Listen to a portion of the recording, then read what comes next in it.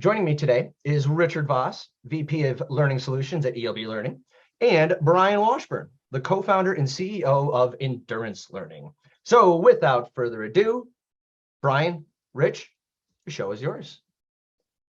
Thanks, Jake. So just real quick, I'm Brian Washburn. As Jake mentioned, I am one of the co-founders of this company called Endurance Learning, and we put together training programs, whether they're in person or virtual or e-learning, and we have learned some lessons along the way. So today I'm going to get a chance to share some of those lessons. And before I do that, I want to make sure that Rich has a chance to introduce himself as well.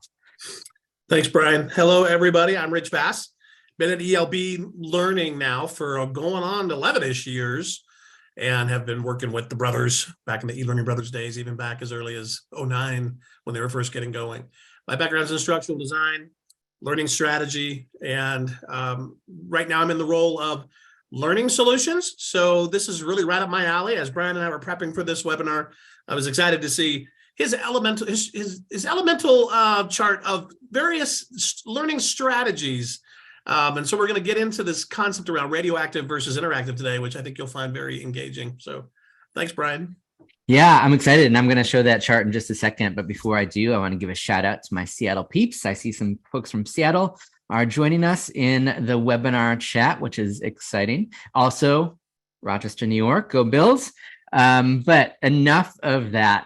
You're not here to hear me give shout outs out for an hour. So before I get into any more shout outs, I'm just going to go ahead and talk a little bit about this idea of radioactive elements. And so we're to talk about the idea of going from radioactive to interactive, or is your strategy radioactive or is it interactive? And before we get into any of that, we need to start out with a few different definitions here. So when we talk about radioactive elements, and I'm going to share this larger periodic table in just a second, but radioactive elements are really elements that go into a learning program or a learning strategy that can be super, super powerful when it comes to implementing them and the effectiveness that they can have on learners. However, these radioactive elements, oftentimes in the wild, when they're found in learning programs, can be either overused or misused. And so those are just, these are things that we just want to kind of keep an eye on. And I've outlined 11 of them in this periodic table, which I'll share with you in just a second. But before I get into that, I'm wondering if anybody wants to jump into the chat and give some guesses in terms of what do you think might be some of those radioactive elements that can be found in the learning ecosystem. So these are elements that can either be misused or overused when you are in a learning program, if it's in person or if it's virtual or even e-learning. What do you think might be some of these elements? I see the first thing that somebody wrote was slide decks. So definitely. So when we talk about PowerPoint, that is one of the things that can be really misused or overused, but is such a powerful tool. When you take a look at this slide right here on the screen, there are different ways to use PowerPoint. It can be a dynamic piece to instruction where we don't need to make it a linear type of thing. We can set up different animations and different triggers and things like that so that it can reveal information just when we want it to be revealed. There's lots of different ways to use PowerPoint. Unfortunately, oftentimes it's used or misused or abused. And we call those elements radioactive because sometimes they can combust and taint, blow up in our faces, taint the reputation of the trainer, or just training in general. People are like, oh, I have to attend another training, because a lot of times people go to trainings where there are lots of radioactive elements that are being misused. Let's see. I'm sorry. I'm just kind of getting into some other things here. So I see somebody wrote gamification, and I'm going to make a little kind of a distinction between gamification and games. Gamification is including game elements throughout the course of a training program. Games are discrete components or activities. And I think that a lot of times people bring games into programs in order to make it engaging, or we have to do something that's fun. And when you do that without intent, then sometimes you're not always taking full advantage of the time that you have. When you do a game with intent that kind of goes along with your learning objectives, it can be a really, really good way for people to engage and learn a little bit more about a topic. So I see that somebody else wrote icebreakers, which is another piece where people are like, oh, I'm just going to show up 15 minutes late because there's an icebreaker on the agenda, and they just don't do much for me. But when the power of an icebreaker can be harnessed, it can really help lead into the flow of a conversation, and it can be referred back to later. It can help people be familiar with the topic. So there's different ways to do that. Just real quick, and I see that there's tons. I see assessments. You can kind of take a look at data. Somebody else mentioned lecture, which is one of those things that absolutely is overused and misused. However, there is a time and place for lecture. I'm not saying that radioactive elements in and of themselves are bad. I'm saying how they're used a lot of times can be dangerous for training. I'll just reveal some of the other radioactive elements that there are. Subject matter experts, handouts, smile sheets. Somebody actually wrote that in the chat. E-learning is one of those things. And we'll talk about some of these examples as we get going here. Augmented reality. This was one of those elements. And when I show you the actual image of the periodic table in just a second, this was actually an element that we called shiny objects for a long time. And then somebody said, well, why don't we make that a little bit more specific? Because there are lots of shiny objects in the world of learning and development, but we wanted to be a little bit more specific here with augmented reality. And actually, Rich and I both have examples of ways that augmented reality can be used well, and also some ways that it can blow up in your face, and then role play. So those are the different types of radioactive elements. But I've been sitting here, I've been talking about elements. What are you talking about, Brian? What is this periodic table that Rich mentioned? So let me just kind of real quick share what that periodic table looks like. This is a periodic table that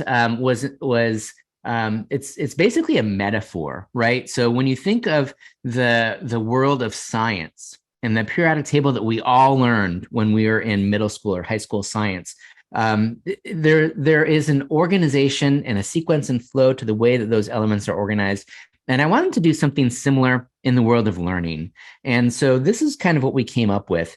And so you'll see that there are a bunch of different elements that are on this table, and those elements are organized in a specific way. So you'll see that this is color coded, and those colors are not random.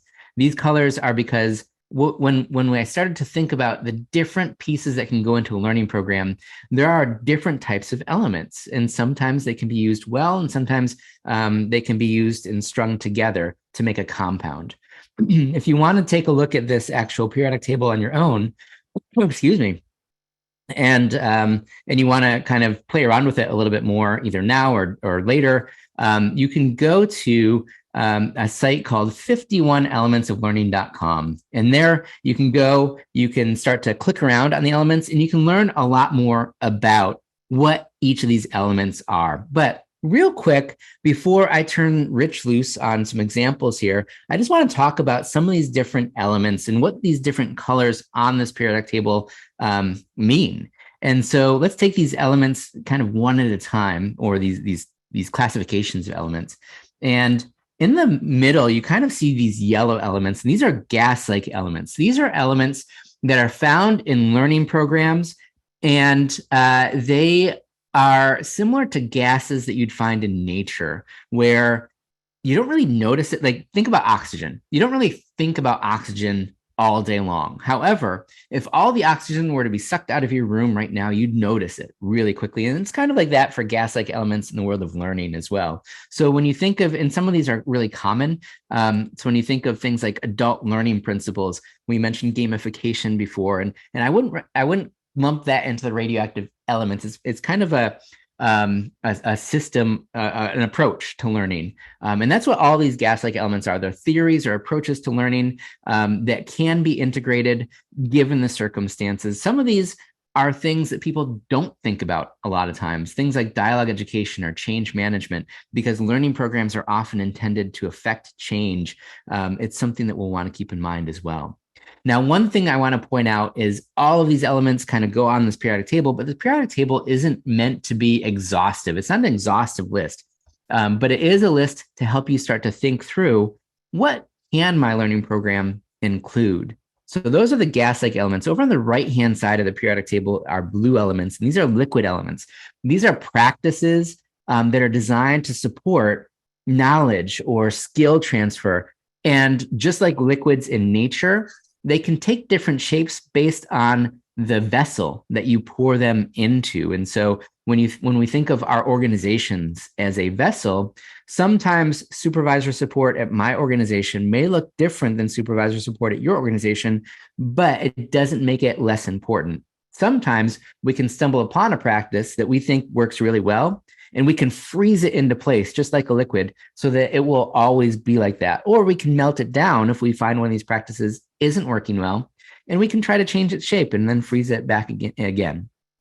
The next type of elements, and this is really where you're just seeing about 20 different examples, but this isn't meant to be exhaustive, are these solid elements. And these are tools that can help us get through and navigate a learning program. So some of these are physical tools like markers, Mr. Sketch markers specifically, because I think those are the best on the market, or flip chart, or sometimes these are digital tools, things like quiz software and audience response software. And Rich is going to talk a little bit more about some of the tools that are available that aren't even on this periodic table that can be really helpful in a learning program. The penultimate category of elements here is interactive elements. And these are digital kind of elements that can, and oftentimes social media elements that can help the learning either before a learning event takes place or after to help keep the learning going. But these are all ways that we can bring more interaction throughout learning programs. And then finally, the last element here is radioactive. And this is what we're going to talk about here.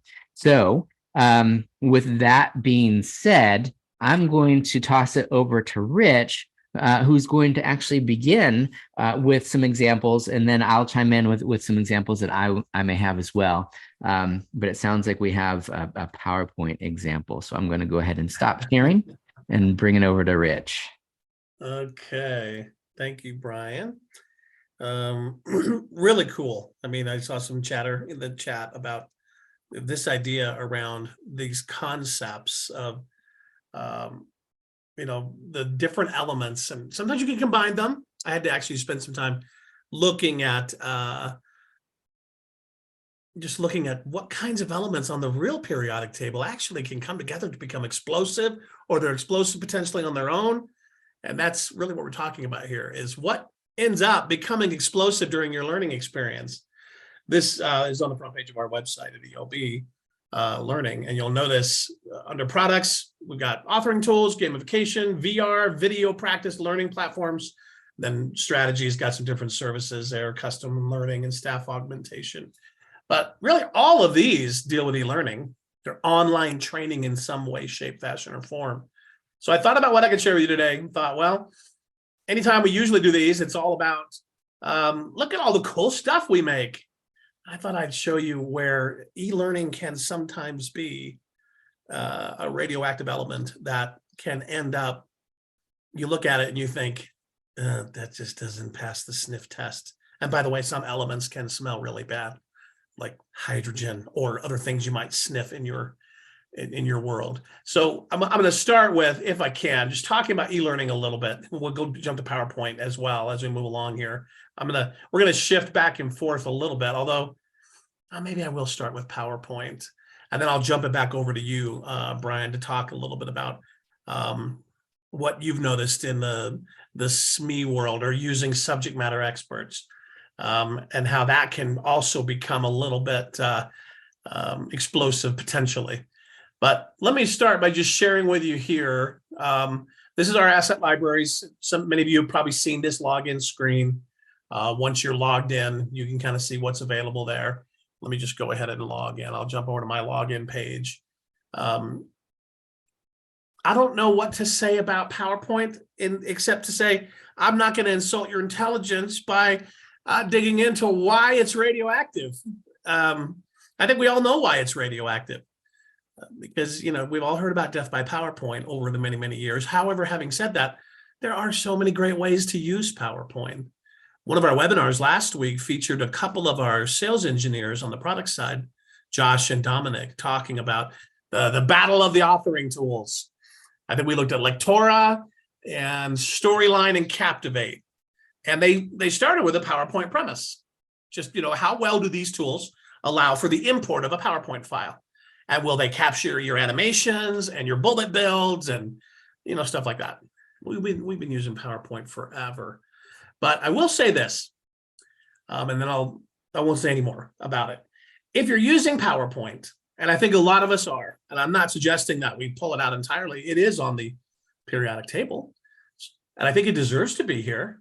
When you look at these radioactive elements over here in the orange, when you talk about PowerPoint as a potential radioactive element, Brian's pop up here, is it the worst or is it the best?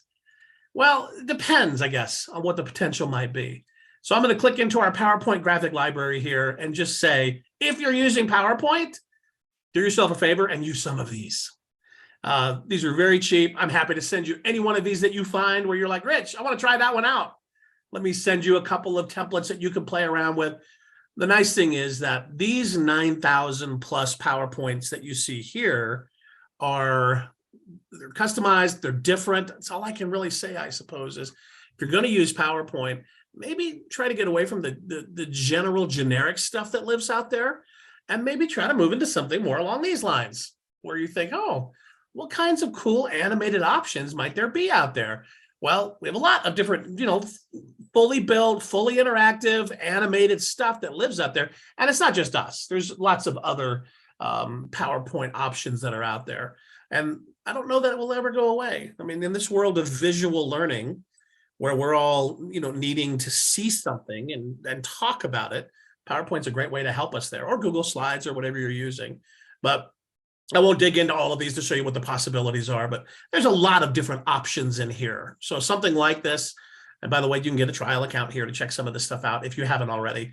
I know I'm preaching to the choir here because a lot of you already use these, but we do try to keep these updated. As you can see here, new themes that really maybe your internal teams haven't seen before. So you can maybe show them something cool that, might be more interesting and make this a little more interactive as opposed to radioactive. There are a lot of things that can be done in here to make it, just to elevate the PowerPoint experience. So that's my spiel on PowerPoint. I'm gonna kick it back over to you, Brian. Yeah, and I'm going to drop one of my favorite slide share presentations into the chat here called You Suck at PowerPoint. And while it's kind of that tongue-in-cheek name, there are pointers that it offers. And I saw the comment about, a lot of times people don't use PowerPoint well, don't harness the what it can do. And so obviously there's templates and there's other things that can help people.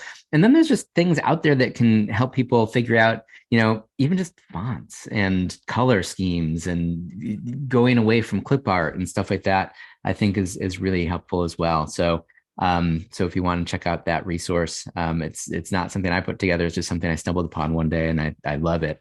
And continue to go back there when I'm trying to create some PowerPoint presentations. But moving That's awesome. on, I love the slide that says, it's not PowerPoint that sucks, it's probably you. it's harsh. It's a harsh reality. But yes. It is. And while some people may take offense to that, I would wholeheartedly agree when he's talking about me, because I am not good at PowerPoint. But it takes a little time, right? It's like anything else that needs to be done well. It does take time and attention and intention to do it well. So subject matter experts is another piece to this periodic table that can be a really big radioactive element. And I just want to share just kind of a little story here about an interaction that I had with a subject matter expert. This was when I was working for an eye bank, so cornea transplants. And we were getting ready to go to India, and I was working with our director of quality control. And he was going to present, and he had a day and a half to present on all sorts of riveting topics about quality assurance and quality control. He had a whole set of slides to put together when it came to quality assurance and quality control. And I said, Tom, if we're going to do this, you're going for a day and a half, it's very possible that you're going to have people very bored very quickly. I've seen the presentation. It's really good information. It's just a lot of information that you're going to be spouting out at people. And he looked at me and said, I don't know what you want from me. I don't do touchy-feely. Quality control, it's boring, but it's important and they need to know it. And my response to him was, well, if you think it's boring and this is your job, this is your world, this is what you think is important, how do you feel the people on the other end of that are going to feel? And he paused and said, okay, what do you want me to do? And so we started to take a step back, and this was pre-periodic table, but we started to use some of these different elements. We started to figure out, okay, Tom, what is it that you want to accomplish? What is it that people should be able to do differently or better as a result of the session? So we sat down and we did some learning objectives. And then based on those learning objectives, we put together a lesson plan. And so this is where, and Rich mentioned this before, you can start to combine some of these elements to start to address some of the concerns that come with radioactive combustion. And with this particular example, we were able to, instead of a bunch of slides, now there certainly were still some slides because there's some stuff that he just had to talk about, but instead we transformed the ballroom at the conference at the hotel into an iBank lab, where we created flip charts and posters on the wall. We had stuff at people's desks and stuff that you would use to go out and do a cornea recovery. And we had people see if they could actually spot the problems when it came to quality assurance and quality control. And then we would talk about some of those things. And so we made it a lot more of an engaging, interactive, and effective session because we were able to take a look at our learning objectives first and then figure out, okay, how do we get there? And what parts are going to be lecture? What parts are going to be PowerPoint? What parts are going to be other types of activities? And when we came back from that trip to India, Tom was willing to go ahead and write a guest blog post. So I have a blog called Train Like a Champion. And Tom was able to kind of reflect on his experiences. And he kind of concluded this blog post by saying, initially I had a lot of pushback, but in the end, I guess I do touchy-feely. And a lot of times when it comes to really good, engaging presentations, one of the least common denominators, one of the cheapest and easiest ways to say they just have to do it is, I don't do touchy-feely, right? And so when you ask somebody to define what is touchy-feely, we're not talking about giving everybody hugs. We're not talking about doing a group circle and clapping for everybody. We're not singing songs. What we want to do is make the learning effective. And if you want to label that as touchy-feely, then fine, I'll embrace that. But let's define what touchy-feely is. Let's not kind of denigrate it.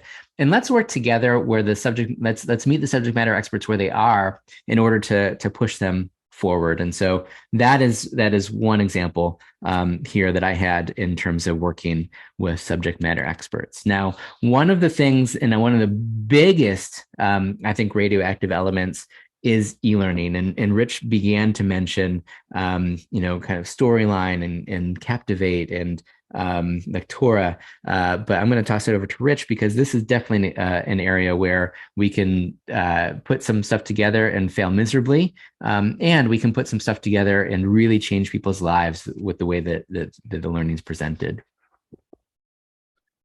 Awesome. Thank you, Brian. I love your comment around touchy-feely.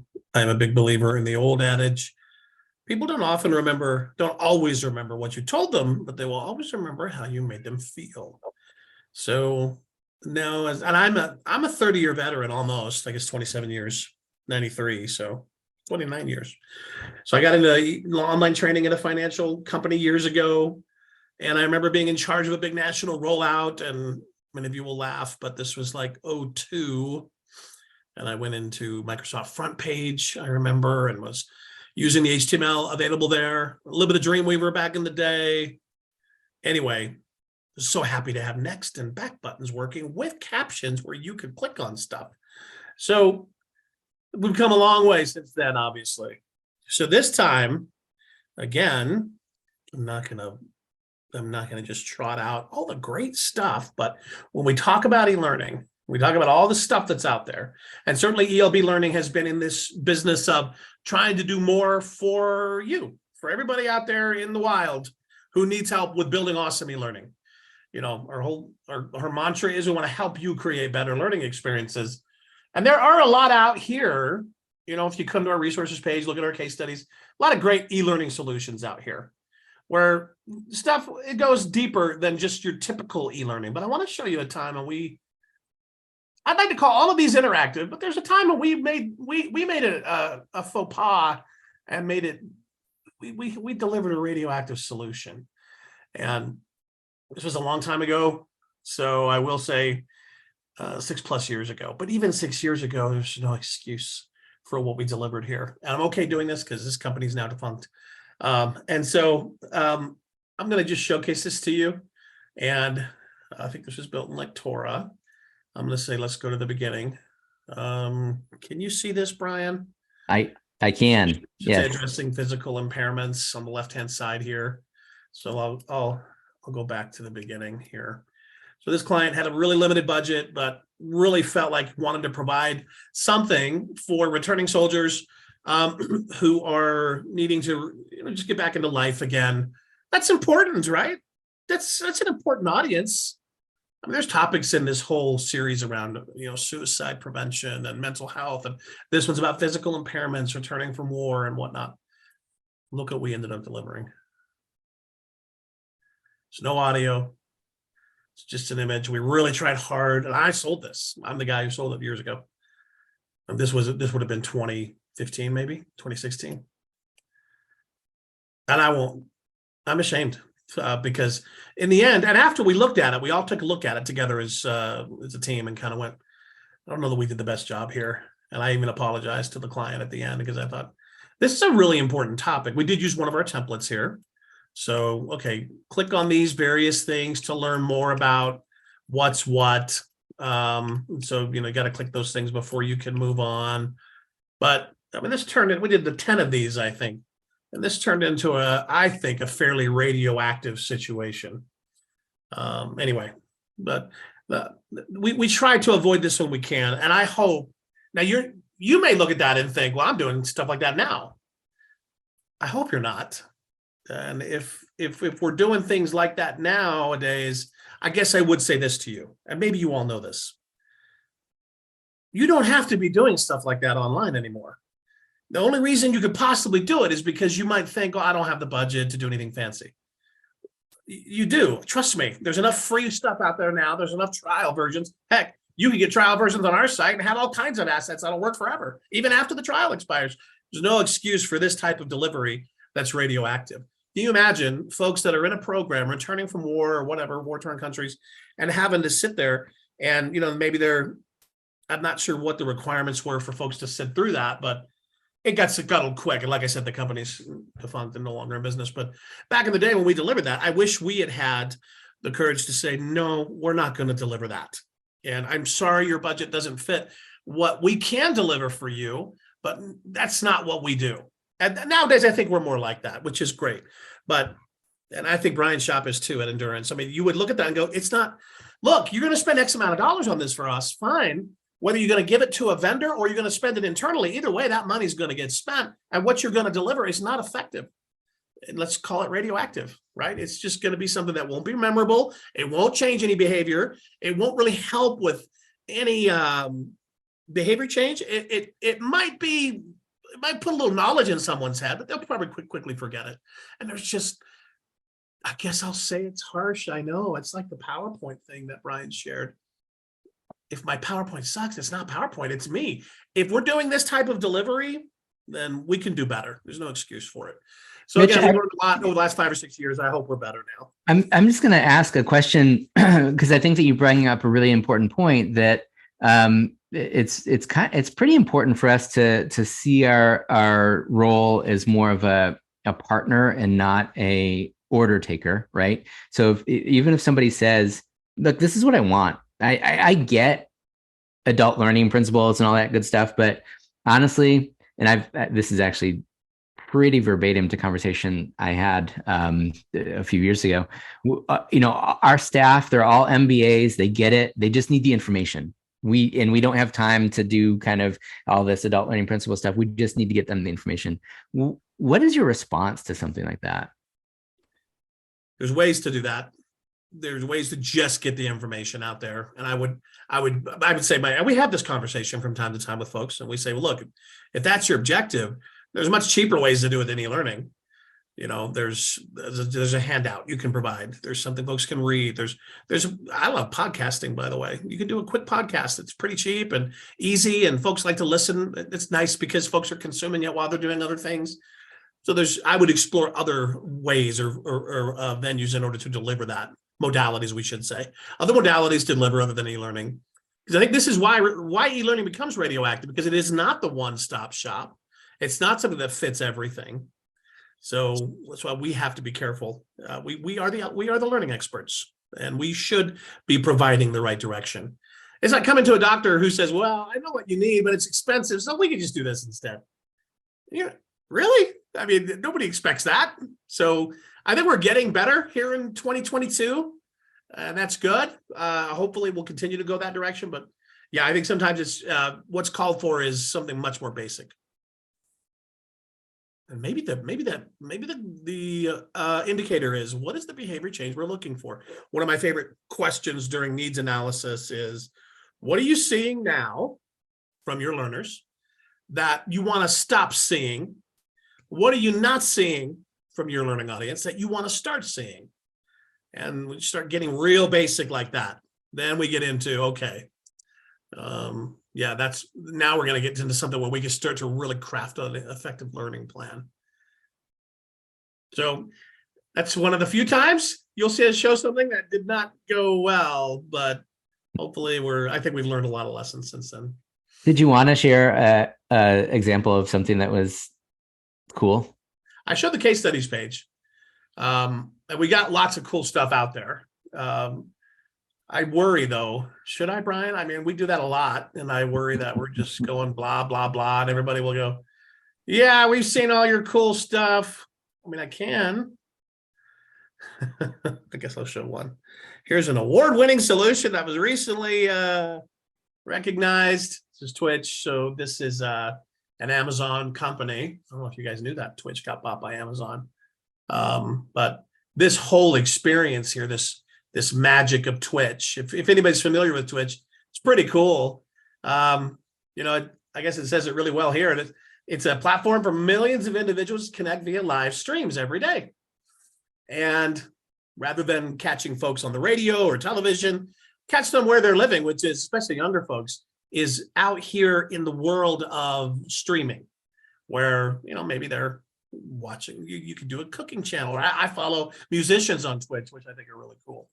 But let me come out here. I'll show you. So this is our back end where we're hosting this in our Rockstar Learning platform. But I can show you a quick demo of what this course looked like. And this actually won Best Video Solution. There's a lot of video in here, but best video solution at Demo Fest, which was a DevLearn a few years ago. I'm just going to go ahead and mute that.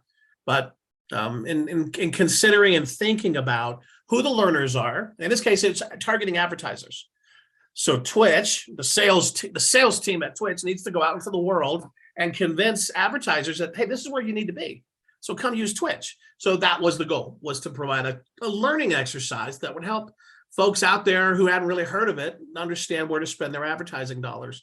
So we actually made some engagements. What are you interested in? What do you like? This is all built in a storyline, by the way. So we let them choose an avatar that maybe means something to them. The video pieces that were layered in here really do a good job of explaining what it's all about. I won't jump into all of that, but I'll jump forward here, because here's where the cool part was that we really had fun with. We built a platform that actually mirrors the real platform at Twitch. So if you're a Twitch user, you're going to earn and you're going to learn and earn here. So you're going to earn things as you move along. but then these notifications that pop up, the platform or the chat screen that you're engaging with during the learning is exactly the same chat screen you're going to have when you're online. So we do it. And then we did some gaming here, where you just use the back and forth arrows on your computer. Have you ever played a video game? Yes or no? And, oh, no, you crashed. So try it again. And if you can get through 3 of them real quick, so it's a quick little engagement, interactive piece. And I say, oh, yes, I have played video games.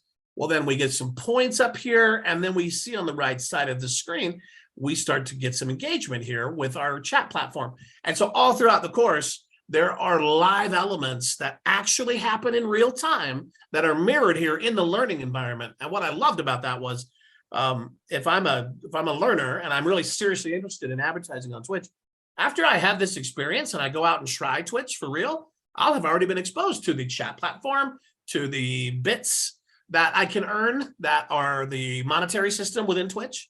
So all of that is really cool. So I think the video that was layered in really was a nice piece that just made it so compelling. So, and they're really getting a huge lift out of using this internationally at Twitch. That's super cool. Do we want to shift gears a little bit and go to AR? This was an element again that originally was entitled Shiny Objects, because there's so many things. There's virtual reality and there's augmented reality and there's AI is coming up, right? But we wanted to get specific when we created the periodic table and kind of drill down into one of these. But again, it's not an all inclusive, exhaustive list. But it is there to get people thinking. I'd love to see and I'll share an example or two of some of the AR stuff that we've done as well. One that kind of had mixed results, one that got some oohs and ahs, but I'll toss it to you first, Rich. Okay, sure. Yeah, let me bring up my screen here. Anytime we talk about AR, we got to go out to our immersive studio, which is the game agency. So some of you may have heard of the game agency. They are a division of ELB Learning, and they're amazing. So I'll just let this video run here, and let me kill the audio. Yeah, the audio's killed on it. Alex, let me go ahead and maximize. Is that coming through okay on your end, Brian? Yeah, I can see it. Okay, I'm just gonna click play. So this was the Nerf Blaster Challenge app. It's definitely for learners. It's for kids. They're learning how to, engage with their gun and the different types of guns that are out there. And, you buy a Nerf gun and you can download this app and actually engage with, the actual gun in a real environment and get out and play with targets that live in your house. So really a cool way to train something, help kids understand what the different kinds of guns are, how they fire, just go have some fun with the different blasters that are available from Nerf. So what a great example for AR, right? And I love that example. There's so many millions, I guess I could say millions, or maybe we're in the hundreds of thousands of different options that are available out there. We don't get a chance to do it a lot. So we call it radioactive because of stuff like this. So I got all excited and thought, oh, well, we're doing AR. We should do all kinds of cool AR. Well, I'm on the sales support team as an instructional designer, engineer type guy to help craft cool solutions for clients. And so I said to one of my friends at the game agency recently, hey, you should send out a happy holidays card with a QR code. And by the way, guys, you can scan that if you want. And it'll pull up a little holiday message. And you can put it on your wall and it will say, hey, it's just me recording. It's just a little thing I did. And so we got to be careful, because I think my friend over at the game agency was like, well, it feels a little kitschy. I don't know how good it is. I just did it with Zapper. I had one of my team members create using Zapper Design Studio or ZapWorks, Zapper, ZAPPAR. They're amazing. They provide excellent tools out there in the space, very affordable. So we created that real quickly. But just like the wild, wild west, maybe sometimes you have a lot of success. Sometimes, it's not great. It's a swing and a miss. So I guess I'll say be careful. It still feels a little newer to me. It does feel like a shiny object. It's got a place. We can use it where it fits. And so maybe you got some other examples of that, Brian. I'll turn it back over to you. Yeah, and definitely, you mentioned that people could scan the example that you had, and if you have your phone handy, I'd love for folks to scan this next example that I have here. And so we're going to put this up here. So this was when I was doing a train the trainer session, and we have a lesson plan template that you see on the screen. But sometimes people say, okay, the template is cool, and then they don't fill it out completely. And so what we wanted to do was to give people not just the template in hard copy form, but also if you scan the QR code, and you'll have to allow a few permissions on your phone for this to actually work fully. Oh, that's cool. It shows the whole thing filled out. Yeah, you can actually see it filled out. And so we thought this is a really cool solution. And if you ever have something where you are asking people to fill out a form and they need some help, some guidance, like a job aid, to fill out the information correctly, and if the form changes or if the information changes that needs to be filled out, you can go ahead and change the information on the back end, right? So you can put new information. If we're doing a train the trainer session for some other sort of class, we can take out what you see now. We can put in other information for that class.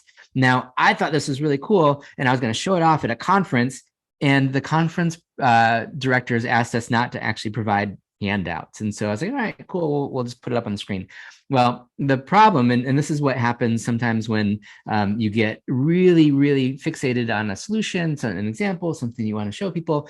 When we put this up on a large screen, it did not work because you have to have some sort of proximity to what you're scanning in order for you to be able to see it well. And so for the conference, when I demonstrated this and showed it, it was a big flop because nobody could see it. And what happens when you try out one of these kind of so-called shiny objects and radioactive elements, and it flops, suddenly the people's confidence in using that type of technology can plummet, and people will go back to what they're comfortable with. And so it's just one of those things to be careful about. Now, I have another example here. So if you have your phone still handy, this next example is something that we have a client who is a tire manufacturer. And so this was an example that we created because a lot of times when they're doing trainings, they will either have a bunch of slides that describe kind of what goes into a tire, or sometimes they'll be able to ship a tire or bring a tire with them to the training session, but that can get really expensive really quickly. And so this was a solution that we came up with in order to not have people ship tires all over the country, or in order to not have to just kind of go through a bunch of different slides. So this particular example was taking a look at a tire and then a cutaway of that tire, so you can see what actually goes inside of the tire. And then the presenter, we kind of scrubbed this example so that we don't have any proprietary information out there. But this example would actually go into what is in each different layer. And also, this was set up so that what you do, and if you've scanned the tire, if you've scanned this QR code with your phone, you're actually placing the tire on the table in front of you. And you can use your phone to get closer to the tire or to back away from the tire and to move around it, to walk all the way around at 360 degrees so you can see that tire. And so augmented reality can be, and I love Rich's example of the Nerf kind of trainer and figuring out what do I want, which kind of gun do I want to shoot, and how do we use it, and that will save parents endless kind of broken things around their house as well. And this is an example of a way that we could bring stuff into the classroom without actually physically bringing stuff into the classroom. So when there is because for a long time I was thinking AR would be really cool to use. Can we do it for this? Can we do it for that? And we're just kind of doing it for the sake of using it. But we have found some solutions, whether it's the lesson plan or this, where you don't have to actually bring materials into the classroom, that have been really, really handy. So those were a couple of examples of AR. We have a few examples left, if you want to bear with us. Our next example is going to be role play, because role play is one of those things that people are like, role play. We have to do role play. It can be a really, really important element, though, to any learning program. And it sounds like Rich and the folks at ELB have a tool that could be really helpful with it. Right. Many of you have seen this before, and I'll just quickly touch base on it because I really feel like it's a great way to go, especially if everybody's working remote. So this is conversation around video practice. So some of you may have seen this tool. It's called Rehearsal, and we actually acquired Rehearsal beginning of this year. So just a few months ago, I'm just going to let this video run here, and I'll kill the audio on it. There we go. So you'll notice that in this case, a platform like this can be used to actually send out an example. In this case, it's how to pitch the right sales pitch. Sales manager or the trainer is putting out the right sales pitch, sending it out to the team, saying, this is what I want you to do. I want you to watch my pitch, and then I want you to practice it. Do it in your own words. How would you handle this? So they can practice wherever, how many times they want. And then once they're happy with it, then they can upload it. The whole team can practice, obviously. It's all done asynchronously. So everybody's practicing on their own, and then they're uploading to the platform. And when they're ready, they lay down that polished pitch. That's the one they want. So they upload that to the boss or the trainer or whoever is going to be looking at it. And then they get some feedback on it. And then they're able to really refine it. It's this whole concept around perfect practice makes perfect. So if we're trying to make sure that we're looking for opportunities for folks to actually try to engage with using their own words, this is a great way to go about it. And again, surprisingly affordable, easy to do. And you can now make this something that could be made available to everybody in your organization, whether it's, we're seeing a lot in the DEI space, by the way, how to have conversations around diversity or how to give feedback to someone. You'd be surprised. I mean, here's a lot of different ways in which it can be used. But the whole notion around allowing folks to try it in their own words is so powerful. We can't get away from role play, I don't think. I've had a lot of effective role plays in my 30 years, in this industry. I've written a lot of role plays. I think they can be effective. You and I both know why they're radioactive, because people don't really like them. This is a great way to go about it. By the way, there's an AI piece too that provides feedback through a Google tool that our engineers have used to analyze your pace, your tone, your words, your sentence structure, your eye contact, your it does facial recognition to look at how your face. I mean, it's astounding. The AI report is amazing. And if you don't have time to have everybody, maybe you send it out to 50 people, you don't have time to get all of those people coaching and feedback. The team can do it together. You can have the team source it and say, I liked Sally's the best or Joe's the best or whatever. Or you can have the AI report provide some helpful feedback, or you can have them self-analyze. You can have them grade themselves. So anyway, one cool way to go about doing role plays that maybe takes it away from radioactive and makes it more interactive. Yeah, role plays are just one of those things that sometimes people will kind of muddle through. It's a necessary evil, but I think there are ways to do it that actually shows the value, and I think that's a really good example of that. Now, handouts are another thing that they don't necessarily ruin a training experience, but they can be a lot better. And I just want to give this example of what handouts can be, because again, this idea of radioactive elements are elements that can be super powerful in really creating an effective learning experience. And if they're used right. So handouts, something like this is something that you would typically see, right? A checklist for kind of almost like a self-assessment as people walk into a classroom. Now, we were asked to redesign a training program for this company where they were actually having salespeople begin to sell a service. The salespeople were very comfortable selling a product, but now they're asking the salespeople to sell a service. And so this wasn't just a training about educating people on the new service. There was a lot of pushback, and the salespeople were very skeptical about having to sell this service. And so what we ended up doing was we wanted to create a training program that not just educated people on the service, but it was also persuasive in terms of why this service can be valuable to their portfolio of things that they're selling. And so, because we knew the skepticism of the audience coming in, so we did the needs assessment. We knew the audience was skeptical. We said, well, what if we put this idea on trial? What if we take this idea of selling this service, we put it on trial, we let all the learners be the jury, right? So they can come in, and at the end of the day, they're going to have to decide, is this service guilty or not guilty? And then the facilitator can kind of be the role of the judge. And we actually hired a few actors and did some video recordings of actors being the prosecuting attorney and the defense attorney. And when people came into the classroom, they didn't see this checklist to assess them. What they saw was this checklist. Same questions, just a different format. So we created kind of a jury summons type of feel for the handout. And then we had the questions, the checklist, yes or no, similar to what you would see on some jury summons. And we shifted the energy of the training room from something that was like, okay, we're getting trained on this stupid service, to what is this?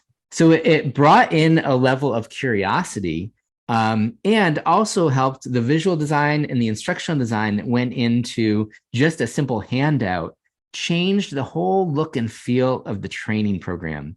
Not super high tech solution. It just required a little creativity and some instructional design into it. And at the end of the day, obviously, we put our thumbs on the scale of the service so that the conclusion would be that, yes, let's go out and sell the service now, because there is some danger in it. But we also wanted to acknowledge the fact that people were pretty skeptical about this particular service. And so that is a way to move a handout, not necessarily from something that can ruin the training experience, but at least it can really supercharge the experience if you do it right. Very cool.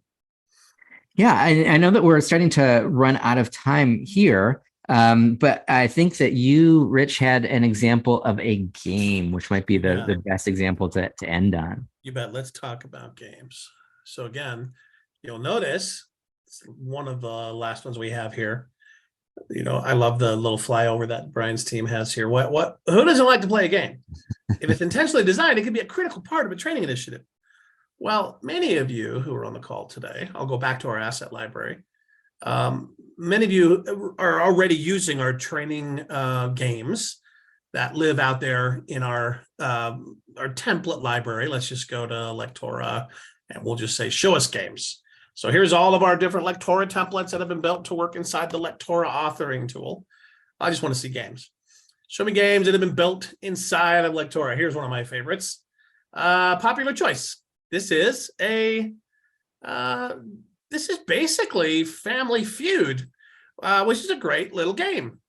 And it's already built. All you have to do is open it in Lectora and change your question, change your answers, and then folks can have some fun playing it on their own. It's a very asynchronous experience. Well, from the beginning, the two brothers who started eLearning Brothers, which has now been rebranded to ELB Learning, really started providing these games. They were Flash games initially. And as an instructional designer, with my background being in providing meaningful learning activities, I would oftentimes look at these and go, I worry that sometimes they're just being done to be done. And that's when they become radioactive. And especially if it's just another game that is not really, I guess the word that Brian used over on the pop-up was intentional. If we're not being intentional with our games, then I think they do become radioactive and people roll their eyes. Now we have a lot of games. We have a lot of games that are built in Storyline. They're built in Captivate, Lectora. We have Adobe Animate games. We have Camtasia games. So if you haven't seen some of these, you might love them. Our tagline is, why spend 80 hours building a game when you can spend 8 seconds downloading it and it's ready to go?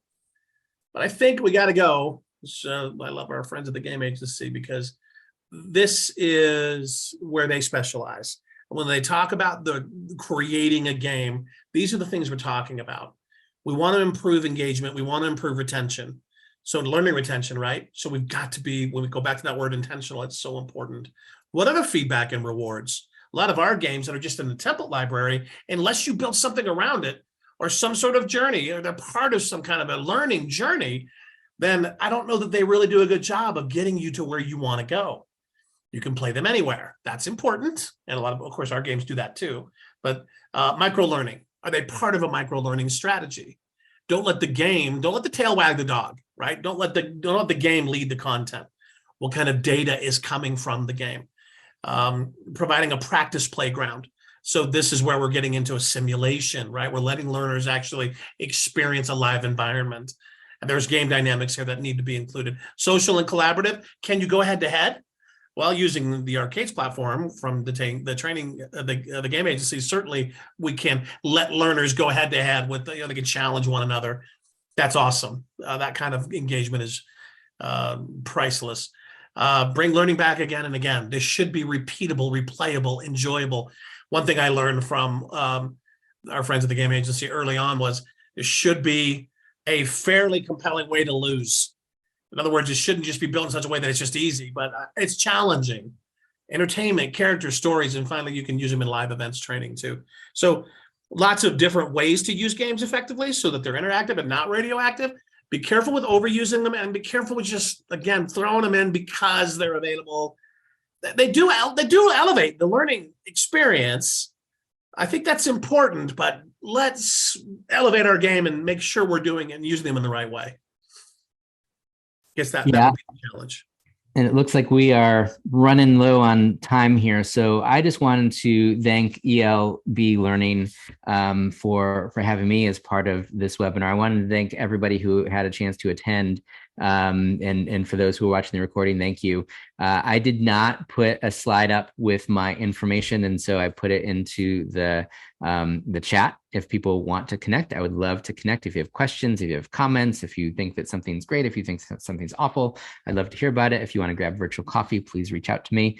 But this idea of radioactive elements, I think, is one of the most important for us as people in the learning profession to keep in mind what's out there, what is misused or overused, and what can be done really, really well to change the whole face of learning. So thank you, Rich and Jake, and I'll toss it back over to you guys. Yeah, cheers. Thank you, guys. That was a wonderful presentation. I loved it. I don't actually think I see any questions in the chat. You got a lot of fans, but no questions that I don't think were answered already. So if anyone does have any questions in the last 2 minutes here, go ahead, speak now or hold your peace, put it in the chat. Otherwise, like Brian said, you have his contact information, get in touch with him, have some virtual coffee. The slides and a recording of the presentation will be emailed to you all after the fact. Thank you again for joining us here today at this webinar for ELB Learning. And one more time, Brian, Rich, thank you for joining us and taking time out of your afternoon. And everybody, have a great rest of your day. We'll see you next time. Happy holidays, everyone. Happy holidays to all of you. Take care. Bye, everybody.